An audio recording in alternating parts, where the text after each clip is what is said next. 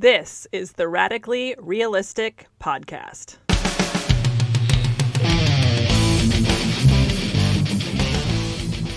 I'm Susanna LaPointe, a 14-year personal training and nutrition coaching veteran. My wellness coaching practice incorporates strength, nutrition, and self-care. Because while fitness and nutrition are very important, they are just the tip of the iceberg as far as taking really amazing care of ourselves goes. So I incorporate all other types of self-care practices into my coaching as well. I call this podcast Radically Realistic because when it comes to implementing sustainable habits and practices to improve ourselves or our lives, they must be realistic and they must fit into our current lives. Otherwise, they won't stick. And then what even is the point?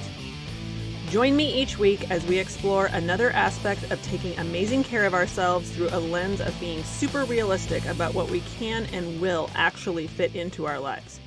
Let's get started with today's show. Hello, friends. So great to be back with you this week. Just a quick little announcement. I have decided, after kind of debating a little bit, to ebb and flow with my podcast schedule just a little bit. It might be every other week sometimes, and sometimes it might be every week. Still going to always release on Wednesdays, but just so this is sustainable and I remain inspired and recording intuitively, which is really important to me. I don't want to manufacture stuff. So like this week's podcast is totally inspired by a conversation I had with a client yesterday. I didn't quite have an idea about the podcast for today yet, and I talked to a client yesterday and realized this is a really big issue. So I wanted to address it, but I don't want to just manufacture stuff like I just said, and so I'm going to give myself the option of going every other week so that I can really truly come from my heart and my soul and like with passion and with purpose instead of trying to make something up. So all you need to do is just subscribe though. So every time I release a podcast, and like I said, it will still be on Wednesdays, you will just know because it will be in your feed. So, and please share this episode with a friend or family member if you feel like they might find it helpful. But thank you so much for being here today. This is episode 24. So to celebrate 25 episodes, I had my son, I don't know if I mentioned this before, but my son has recorded the intro music to this podcast. And so I had him make me a new one, which is totally different. And so I'm going to be changing the intro music just for a fun little change up. I feel like it sort of, I don't know, fits with the podcast a little bit better than the heavy metal thing, but he's into heavy metal and I just love having his music on my podcast. So I'm going to switch it up next episode, which might be next week or the week after. Or it will be next week or the week after. But today, I want to talk about something that I've talked about a few times in actually several different episodes here in bits and pieces, but I'm going to kind of just hone in on the breakfast piece. But it comes up in almost every conversation about nutrition that I have with my clients, also just friends in general, or even just random people whenever I'm talking about nutrition, which is fairly often, not all the time, but like, I mean, obviously with my clients, I talk about it quite a bit, but breakfast is a really big issue for people, is what I've found. It's increasingly frustrating, I think. I think there's a lot of hype around intermittent fasting that makes people confused about the breakfast thing. And it's hard to know whether we should or should not be eating breakfast. And I definitely have an opinion about this because I've tried intermittent fasting and I've tried a lot of bad things, like things that didn't work. So I'm going to just share some experiences with you. And just in my experience with coaching for the last 15 years, nutrition coaching for 15 years now, I have had a lot of experiences talking with people about what does and doesn't work. And breakfast is kind of a catalyst for your entire day. It sets us up for success or blood sugar disaster, literally, for the day. So it's really, really important. And I want to just kind of devote this whole episode to breakfast and how to figure out when you should be eating breakfast and what you should be eating for breakfast that works best for your body and your lifestyle, and just kind of hit all things breakfast today. So we are going to talk about that. Okay, so as I mentioned, breakfast seems to be one of the most frustrating pieces in getting our nutrition right. And by right, I mean in a place for each individual that is nourishing, satisfying, feels good, and gives us the best bang for our buck as far as energy and mood and cravings go. There is a pretty delicate balance between eating for pleasure and eating for longevity and performance. And by performance, I mean just daily life, like just doing the things that we do in daily life, including fueling our bodies for exercise and movement, and just, maintaining a good mood, maintaining a predictable mood, like knowing we're not going to fly off the handle randomly at someone because we are hangry, our blood sugar's low. How do you feel during the day? Do you feel good? Are you energized and alert? Is your mood stable? Is it predictable? Can you predict that you're going to be okay, or can you not predict if you're going to fly off the handle? Are you up and down all day long? Or do you want to take a nap in the afternoon? These are all blood sugar issues. If your blood sugar is stable, you feel good. Pretty much hands down, that's how it is. If our blood sugar is stable, we tend to be on an even keel all day.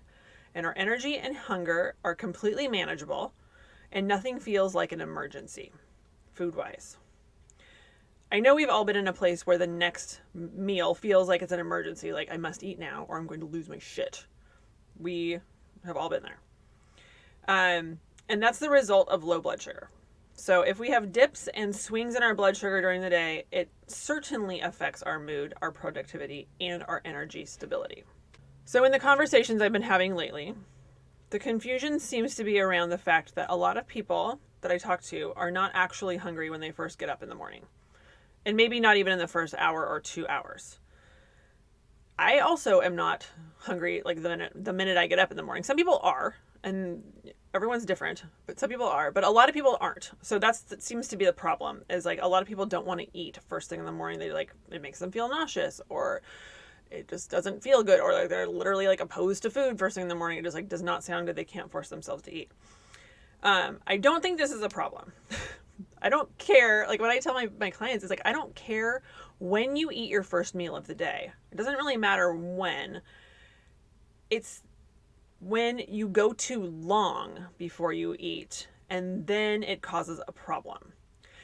Generally, people don't notice that they are hungry until they're starving. And that's the problem. So the solution here is to get really mindful with our hunger and know what our more subtle signals feel like, so that we can catch our hunger on the earlier part before it's too late. Most people are not aware of the subtle hunger signals between, like, let's say there's a scale between 1 and 10. 1 is starving, like you're gonna die, you're so hungry, and 10 is you're stuffed, you're so full, you could not possibly eat another bite. There's a whole range of hunger between starving and stuffed, but most people don't recognize that.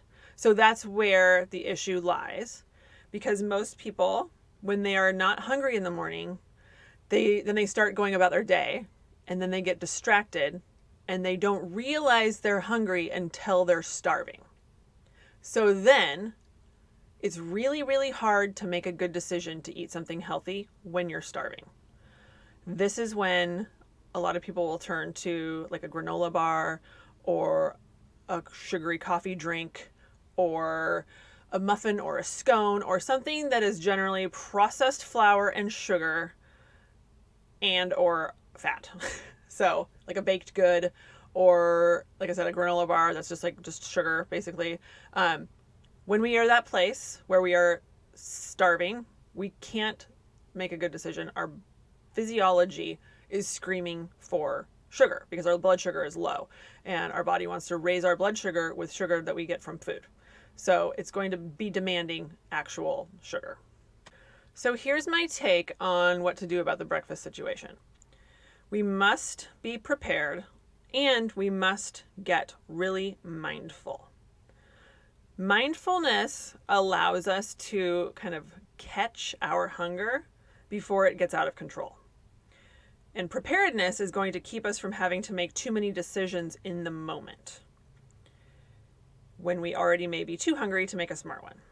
So here's an example of two opposing scenarios. I think I've given similar scenarios in other podcasts before, but I do think repetition is really important to kind of hear this stuff over and over again, especially if you're new to the information. I think the repetition can be really helpful to kind of just sort of help it sink into your brain a little bit and just kind of marinate in there. So anyways, so here's an example of two opposing scenarios with the breakfast situation. Let's say we get up at 6:30 a.m. Upon waking, we don't feel any crazy hunger or anything, so we start getting ready for the day. We leave for work, we get to work, we start doing whatever it is we are doing, and basically become super distracted by work until our stomachs are screaming for fuel. Most likely about an hour before that would have been a really good time to eat something, but because we were so distracted, we did not feel our subtle hunger sensations at that time. Or maybe we're just not in tune with our subtle hunger sensations yet. But because we have waited until it's an emergency, a healthy meal full of protein and vegetables and fiber does not appeal at this point in time. When we get to this point, I kind of almost think of it as a point of no return. We start craving highly processed carbohydrate-rich foods. Think flour and sugar in one of its many combinations. Most likely like a baked good, a scone, a granola bar, a sugary, I don't feel like a sugary yogurt would even do it at that point in time. It'd be like something baked, most likely, or a sugary coffee drink, or whatever it would be. But it's going to be a sugar fix, most likely. And even though we may not realize that's what's happening, even if we brought a healthy meal with us, we're not going to want to eat it at that point in time because our body's going to be screaming for stimulation and a quick sugar fix. So, this is not poor willpower. This is not a character flaw. This is pure physiology and biology. Our blood sugar is low and our body is desperate for something to raise it. But the problem with this situation is that this is the exact thing that sets us up for big blood sugar fluctuations all day long. You can think of it like this. What goes up must come down, and the higher and quicker it goes up, the faster it comes down and the lower it goes. So when your blood sugar goes up, you're in response to the carbohydrate-laden whatever it is, your body sees so much sugar in the blood and releases a bunch of insulin to bring it down. It's kind of like a overcorrection scenario where your blood sugar goes up, your body like freaks out a little bit, releases a bunch of insulin, and then brings it down low, fast. So then you're hungry again like 2 hours later, or even an hour later. Between an hour and 2 hours later, if you're hungry between an hour and 2 hours after you eat something, that thing is not stabilizing your blood sugar. So when it brings it up and then down, you're going to be craving something else, most likely sugary. And so this scenario just repeats all day long. Up and down, because we're constantly looking for that next kind of sugary fix. Even if it doesn't look like sugar in the moment when we are eating it, it's still, if it's not something that's like high in protein, lots of fiber and vegetables and like just a lot of fiber and stabilizing foods, it's still going to cause our blood sugar to go up and down. Even if it's like an apple and then it's a granola bar and then a little bit later it's a scone or whatever, like those little things are going to just cause it to go up and down all day long instead of stabilizing. So back to our scenario, let's say at 10 o'clock, it's 10 o'clock and we're at work and we're starving and we grab a granola bar out of the vending machine or a scone or a coffee drink at the coffee shop or whatever is closest, and we consume that item. The high carbohydrate content of this item will shoot our blood sugar up and then drop it quickly. And by the time it drops, it could be an hour or two later, and then we are in that kind of hangry spot again. And then we make a decision reacting to that. So for lunch, maybe we choose like a sandwich with a lot of bread, or a giant burrito, which is just a ton of carbohydrates, or some pasta, or something with high carbohydrates. Because our physiology is dictating that we get more carbohydrates because our blood sugar is low again. So whatever it is we eat is going to shoot our blood sugar up again, and then that kind of 2 or 3 p.m. feeling, that super tired, foggy feeling, is what's going to most likely happen too. That's generally about the time most people go looking for another snack, generally sugar laden, and the whole cycle sets itself up again. And by the time we get home in the evening, we are just continuously snacking. And this is a huge blood sugar issue. This is not something where like I need to cut out sugar, or I need to do a Whole30, or I need to intermittent fast to get my food under control. This is not that. This is a very simple thing to fix, actually. When I educate my clients on how to balance their blood sugar from the first meal of the day, it's like a light bulb goes off and everything changes nutritionally for them. And that makes everything change. When your mood and your energy is stable, and you're not hungry all day long, and you're not constantly looking for a snack, your life is so much more peaceful, truly. Okay, so let's do an opposite scenario. Another scenario would be, let's say we wake up at 6:30 a.m. and lucky us, we're not hungry at the moment, but we thought ahead and have an egg casserole in the fridge that we have prepared for the week. So we're not super hungry when we wake up, so we pack that up, or we packed it the night before, which would be even easier to grab and go.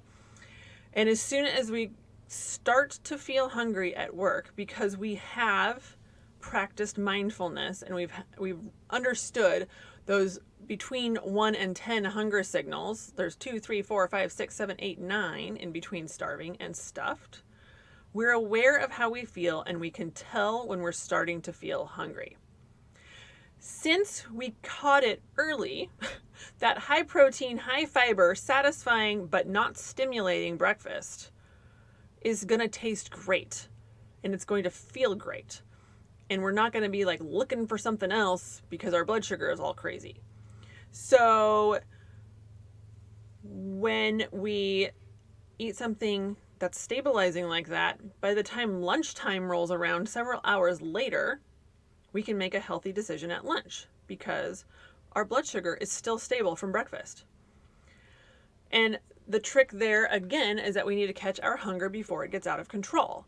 So if we notice around noon, 12, 12:30, 1 that we're starting to get kind of hungry, and maybe it's not a great time to eat, maybe we're in the middle of something, but we put a little flag in our brains hey, I'm starting to get hungry, I should probably eat pretty soon. So at the soonest possible juncture, you decide to take a lunch break. Sure, you could keep going. You could totally push through until 3 or 4, but by that time your blood sugar will be low again and you'll be craving junk. And then that junk craving will set you up for probably over consuming snacky type foods all evening long. But if you catch it, and if it's not the best time to eat right then, but you just make a little mental note to eat as soon as possible, you're going to probably start noticing that you're getting more and more hungry, but at least you're aware before you get to the starving point. So you eat at the soonest possible juncture.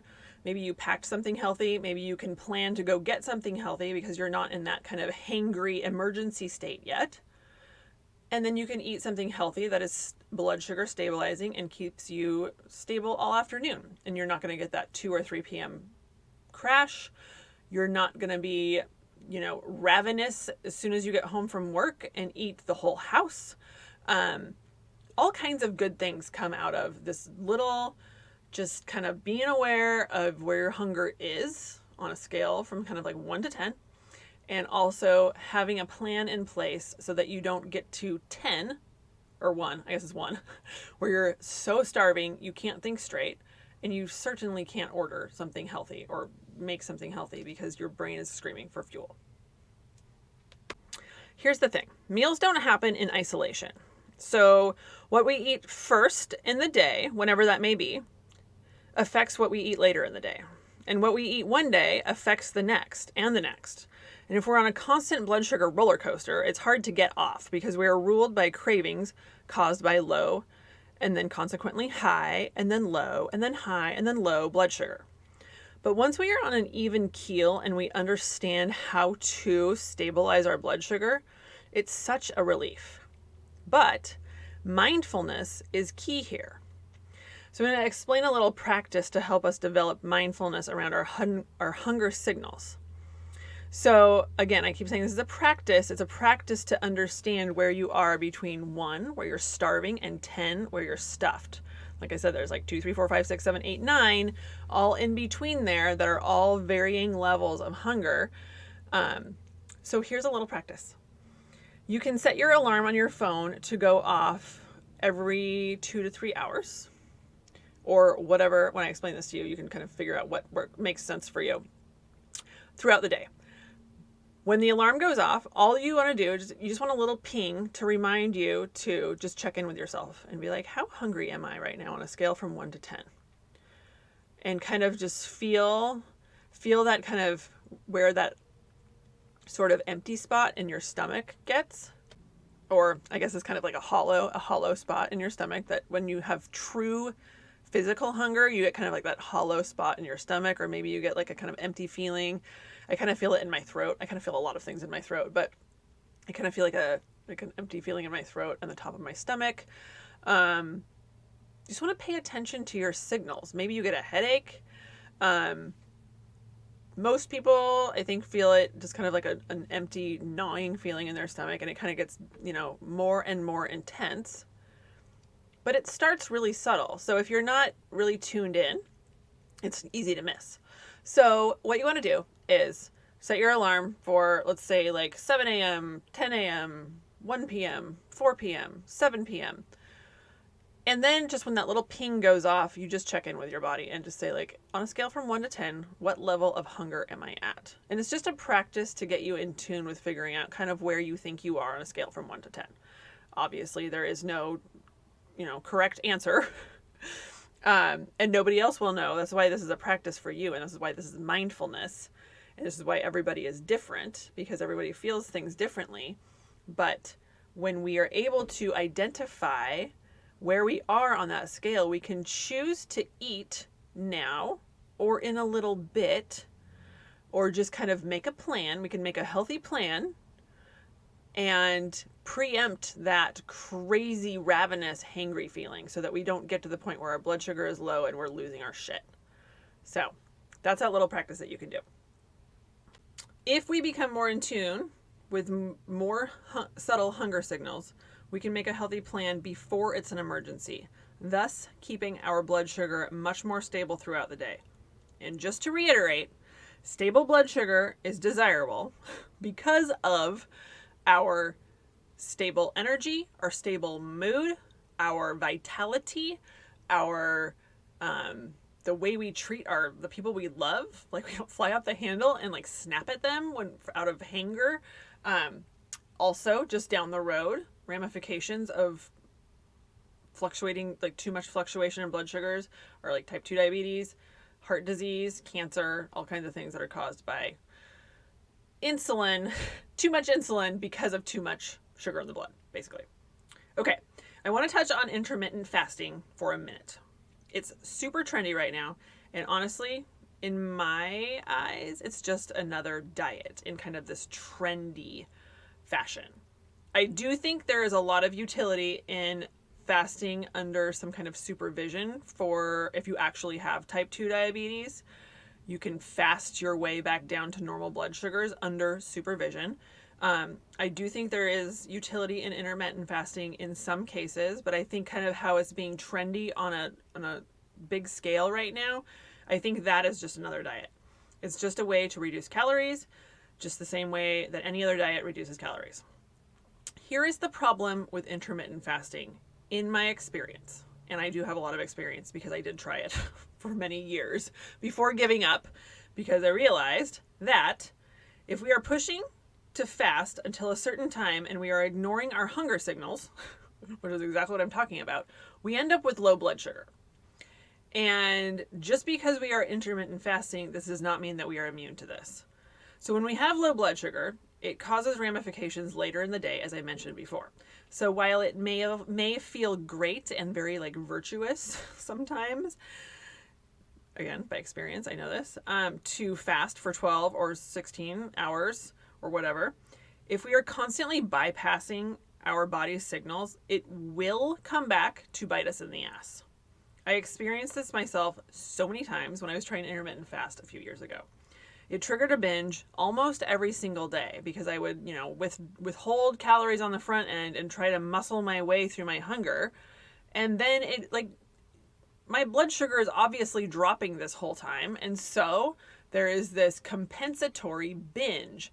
There's also this little oh, well, I didn't eat for so many hours, so I can eat whatever I want subconscious thing in the brain. And I've talked to several people about this too. It's not just me. A lot of people have experienced this. It's just when it's touted as this really amazing health thing and so many people are losing weight by it, which is not true. Either they are and they gain it all back, the same with any other diet, or they're not. I experienced no weight loss when I did intermittent fasting, but also because it kind of forces a binge on the back end. So my take on this subject with intermittent fasting is it can be super healthy in the exact right setting, but I don't think most women don't handle it very well compared to men, and all the studies are done on men. Men's hormones are much less touchy than women's hormones, and I think that we get thrown off much easier than they do as far as our hormonal cycle and everything. In the thyroid and everything gets all thrown off when you withhold food. It's a stress. It's a stress to starve yourself. So my take on this is it's much better to eat 3 to 4 solid, stabilizing, healthy, protein-full, veggie-full, fiber-full meals throughout the day with a substantial amount of calories in each one, and then mostly not snacking in between. When we have big spaces of time without food going in, like several hours, our blood sugar can stabilize and our insulin levels can fall, and we can just rest and digest, and our body can relax. This is better for our health on a long-term trajectory than constantly snacking throughout the day. Every time we eat, our body releases insulin, and over time, too much insulin in our bodies results in type 2 diabetes. That is what I mainly am trying to help us all prevent. I know I keep saying this, but type 2 diabetes is super rampant in our society today. Most of us are heading towards insulin resistance, which leads to type 2 diabetes if it's let go long enough. And our food system is deplorable, and the foods that are available to us are so highly addictive and highly stimulating, it makes it very difficult to understand our body's natural hunger signals. This is why whole foods, lots of fiber, lots of veggies and protein, these foods make it easier to recognize where our hunger stands at any given time than when we are constantly eating processed foods. Hyper-palatable foods consistently stimulate our appetite, making it very hard to know where we actually stand on that scale from 1 to 10. Okay, hopefully that made sense. To summarize, I don't think it necessarily matters when you eat relative to when you get up in the morning. I think it matters how mindful we are to catch our bodies or to catch our hunger before it becomes too strong and we can no longer make a good decision as to what we will eat. I think it's common to actually prepare healthy foods to bring with you to go to work or wherever you're going, whatever you're doing. And you're still ignoring your hunger signals. So you end up getting something else anyways, because the thing that you brought, the healthy item that you brought, doesn't sound as stimulating as something like a muffin or a scone or a baked good would. So that's why mindfulness is so important when it comes to making good nutrition decisions. I wanted to share with you a few ideas that I have about breakfast that are high in protein and super stabilizing. I'm actually linking 3 different links in the show notes on some of my favorite breakfasts. There's 2 egg breakfasts and 1 that's overnight oats. And obviously you could do non-overnight oats as well. It would just take some preparation on that, that day, which is totally fine. But if you don't have time, the overnight oats or the egg casserole is a fantastic way to make sure you are set up for the day. Anyways, for most people, I have found that eggs generally hold us over pretty well for several hours. Obviously, some people are totally allergic to eggs and should not eat eggs. But for most people, eggs tend to stabilize blood sugar very well. My 2 favorite ideas are a breakfast casserole which I'm linking in the show notes, and then which is the most convenient way to have a breakfast that is filling, satisfying, and already prepared. That's hands down my favorite option. I highly encourage you to try this strategy.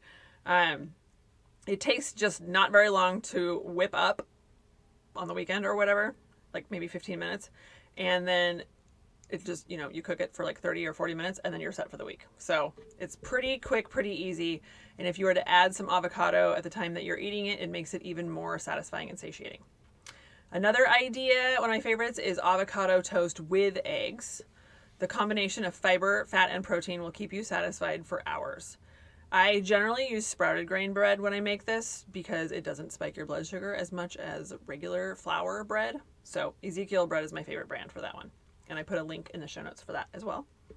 My current favorite, I kind of go back and forth and I kind of stick with one thing for like weeks or months before switching it up.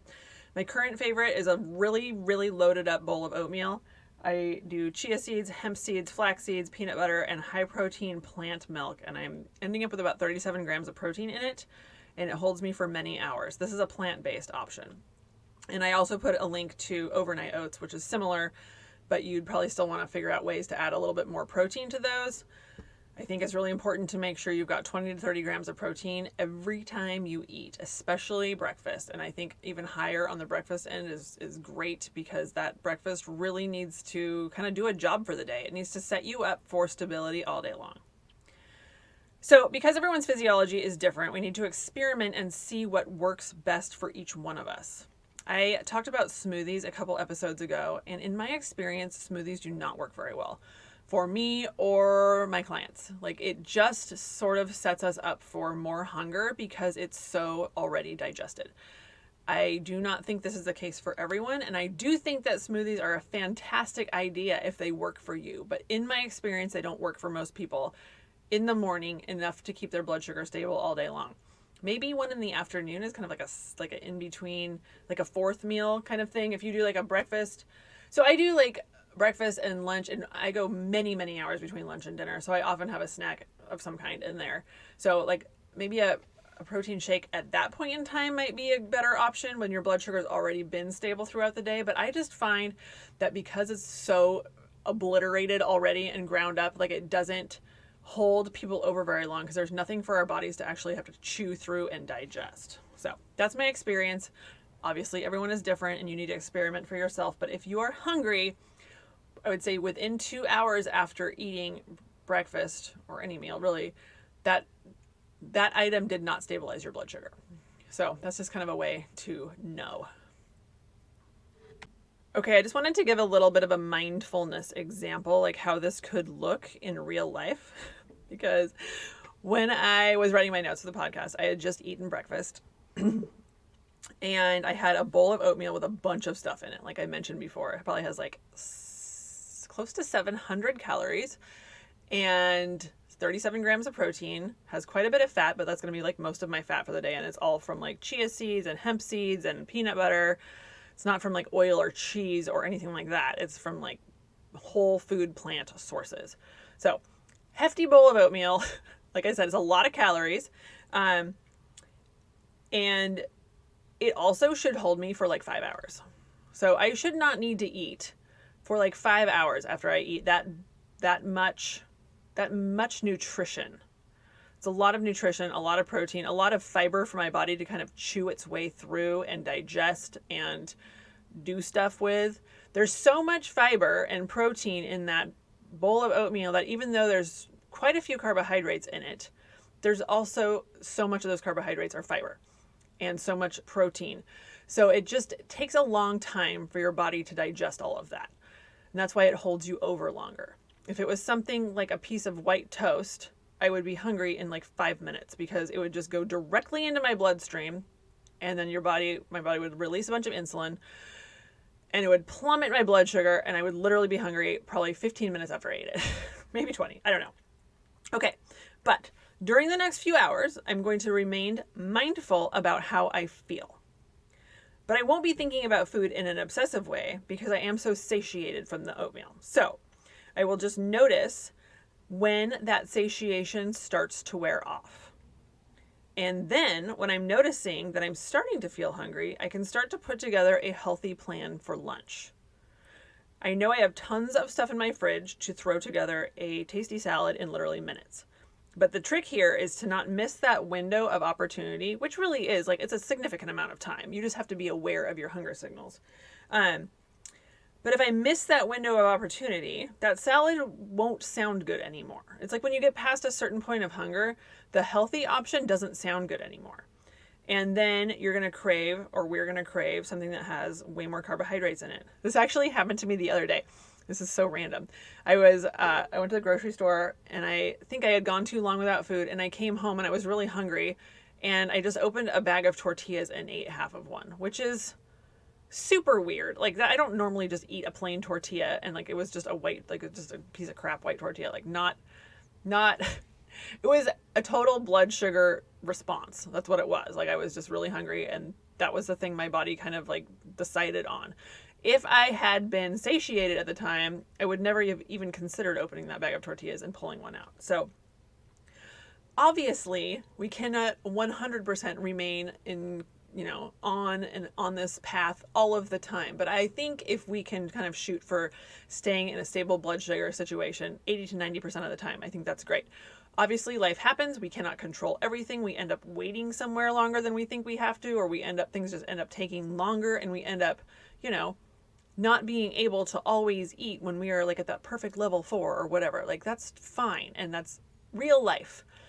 But just being aware and working towards being more and more aware of our signals and keeping our blood sugar stable as much as possible will only improve our lives in so many ways. Okay, the last thing I want to say is that this seems counterintuitive, but I think in a lot of cases it can be a good strategy to sort of front load your calories. So like I just mentioned about my oatmeal, I actually put it into a calorie thing today. I just wanted to see what the nutrition was. I had an idea in my head, but I wanted to see. And it was like 700 calories. And like I said, this is counterintuitive because I think a lot of us either consciously or subconsciously save up calories for the end of the day. And I totally used to do this, and it backfired on me so badly.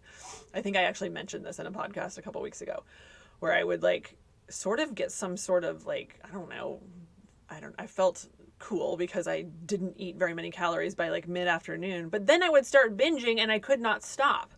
So in my experience, this is generally the case with a lot of people that are overweight or don't feel great or have kind of what they would probably consider like a slow metabolism.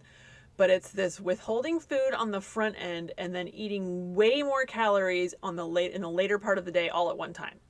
So when this happens, it is too much, like it's so taxing on our body's system to process all of those calories at one time. And if we've been waiting all day long to eat, we are probably not eating a salad with protein. We are probably eating heavy, processed, cheesy, crunchy, floury. We're probably not eating super healthy stuff. So when we're eating all of this stuff all within a shorter window of time, our bodies really have to process through a lot of this. And it's just a lot of work for our bodies to have to process through that much food, and most likely that much junk food at one time. So it's really important to think about kind of front loading your calories so that your appetite is much more under control later in the day. We don't want to be starving all evening long and just like a continuous meal. It's called like continuous meal when you like get home from work or in the afternoon or whatever, and you just start eating and you don't stop till you go to bed. That is so much work for our body to chew through. Like, it's so much. I find front loading calories, like I said, it sounds super counterintuitive. If you front load your calories, your appetite is in so much better control later in the day that it's just much easier for your body to process your foods when they're spread out like that, instead of skimping and then eating way too much. Okay. I think that's where I'm going to end it today. I know this stuff can be confusing, but I hope that I'm helping you get a little bit of a handle on it. The really, really hard thing is that no one talks about this. I actually talked to one of my nutrition coaching clients last night, and she told me that her dad, who's in his late 60s, was just told by a doctor that he was pre-diabetic. Period. End of story. No other information or education offered. I was in disbelief. But this is where the breakdown in the system is. This is where the information is not getting to the general public. People do not understand what causes diabetes and how to prevent it. And this situation is dire. Nobody wants diabetes. My son has it. It sucks. It's not the same exact thing, but the results are the same down the road. People with type 2 diabetes end up where my son is now with a completely non-functioning pancreas. His was caused by an autoimmune disease. It just attacked his pancreas. There's nothing he could have done to prevent it. But type 2 diabetes is preventable. And it ends up where he is now, where he has to completely manage it through insulin shots. And when you're at that point, when you have type 2 diabetes and you're at that point, you're also losing limbs and you're feeling like death all the time. So it's not a great place to be. And I really want to iterate that this is totally preventable, but you do have to put some effort into it. You can't just eat whatever the hell you want all the time. It has to be more calculated, more educational, more intentional, and more consistent than that. Yes, we can totally have fun things once in a while. Pizza once a week, or a piece of cake every couple of weeks or whatever, totally fine. But having these things on a consistent basis cause so much problem down the line. So I'm obviously very passionate about this. Again, okay, I'm going to let you go. Thank you so much again for listening. I really encourage you to reach out to me at any of the links below if you have any questions. And also check out the links to the recipes in the show notes. Okay, I will talk to you next time. And thanks again for being here.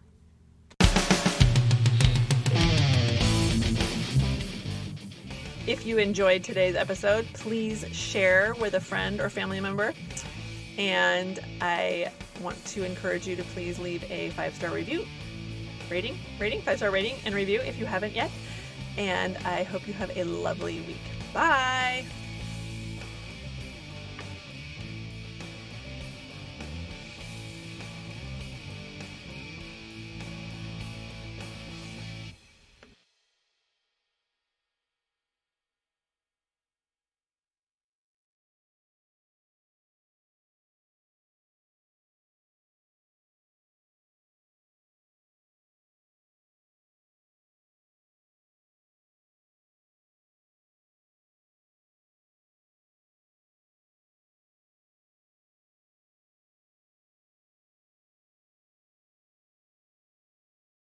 Thank you so much for joining me today.